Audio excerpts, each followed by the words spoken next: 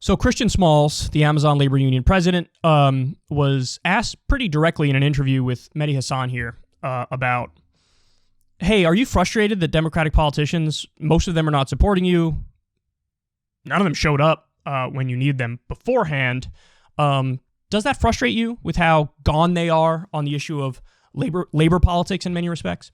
And he gives an answer that pretty much directly speaks to the little spat that happened on Twitter between AOC and Krystal. Let's take a look and then we'll react. Chris, Democrats like to say they are the party of the underdog, the party of labor, of workers. And yet the vast majority of elected Democrats in Congress, last time I checked, haven't said a word about your victory. How disappointed are you in the Democratic Party when it comes to the issue of labor rights? Well, right now, there's a lot of buzz online about, who supported, who didn't. And I want to clear the air on that. They didn't support us. And that's just a fact. I know who was here on the ground with me every day. I know who came out to support us at our rallies, and it wasn't them. And it's not just them. It's a lot more people that are out there that obviously didn't show up for these workers here in Staten Island. And it's a shame that, they wait until, we get to an election and we actually are victorious to come out and show their support, something that they could have done 11 months ago when this campaign first started. So I'm just hoping that they can redeem themselves. This is a marathon. I don't have any ill will towards any of them. I just want them to do right by their constituents. We're here in New York. Doesn't matter what district you come from. Doesn't matter what district this building is in. These are all New Yorkers traveling from all boroughs. I know 8,300 of them. I know where they live. And I can tell you they absolutely represent the politicians that they elected. So, they all need to step up. And I'm talking to every last one of them. They all need to step up and make sure that they are taking care of these people. Again, that's a perfect answer. He said, quote, they didn't support us. That's just a fact. Then he says, and I love this part because this is what it's all about, man. And this is what the whole thing was with Krystal and AOC. Quote, I'm just hoping they can redeem themselves. I don't have any ill will towards them. That's what it's about. And he's talking about AOC and probably Mondaire Jones as well. He says it doesn't matter what district they come from because Christian Smalls knows a lot of people who work at that facility who commute from AOC's district, from Mondaire Jones' district. That's it, man. That's all it's about. So Krystal's vindicated in the back and forth. I know I was with Krystal when all this was going down, and I can tell you, in no uncertain terms, the thing that frustrated her is Christian Smalls told us she said she was going to show up, and then she didn't show up, and she left them high and dry. And then when it looked like the Amazon Labor Union was winning, then she jumps in front of the parade and does some, I'm so happy about this shit. And Krystal wanted a record to show, hey, you weren't there when it mattered. But more importantly, the reason for this quote-unquote call-out is simply to say, for the love of God, show up the next time. So understand, there are types of criticisms where it's like, I'm just trying to tear you down, and you are just my enemy, and you're totally irredeemable in every way, shape, and form. Some criticisms go that path. Those criticisms are unreasonable, and they're hackish, and they're dumb. This was not that. This was exactly what Christian Smalls is saying here.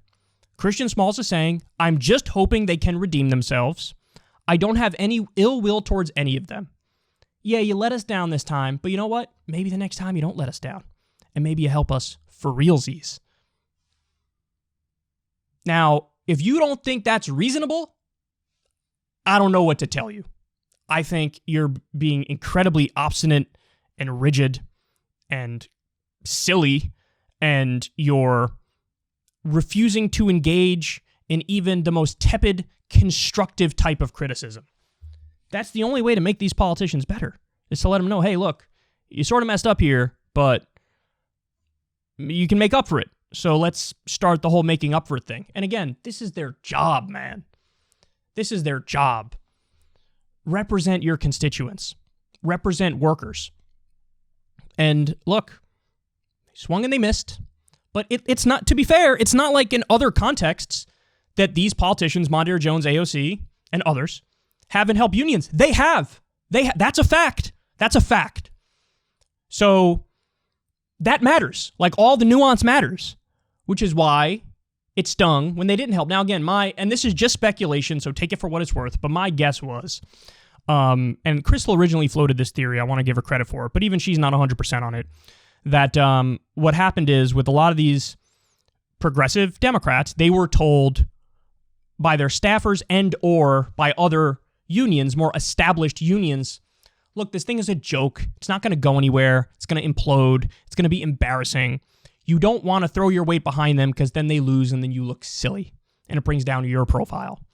I think that's probably part of what happened. But if that is the case, and we don't know, again, to be clear, but if that is the case, what I would say to AOC and what I would say to all the progressive Democrats is, you guys were all long shots too.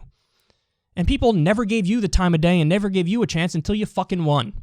So you know what that feels like. So you should know better and to lead with your heart. Because you know what? Even if, let's say it did go up in flames and they lost abysmally and they only got like 20% of the vote or some shit. At least you tried to do the right thing.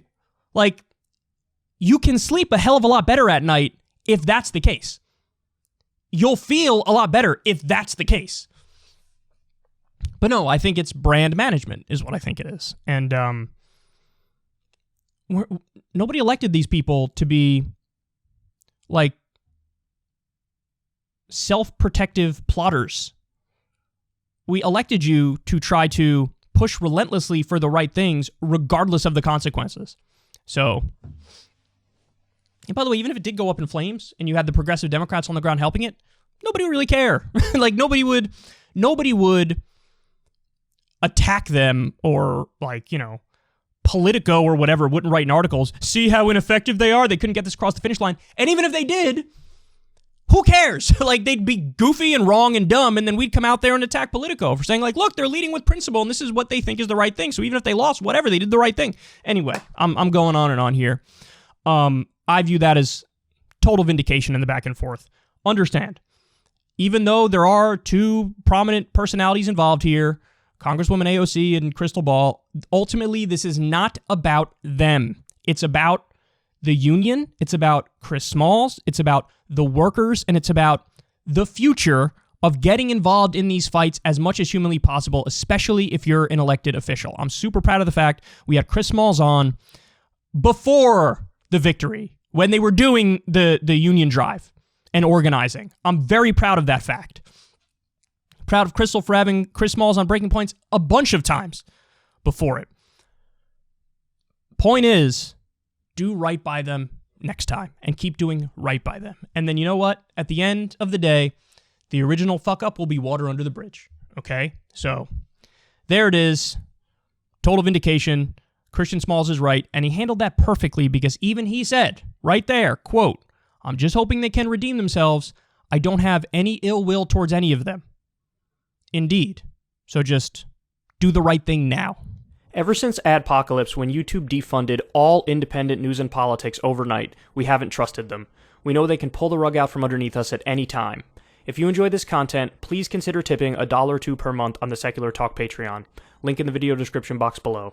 Thanks for your support.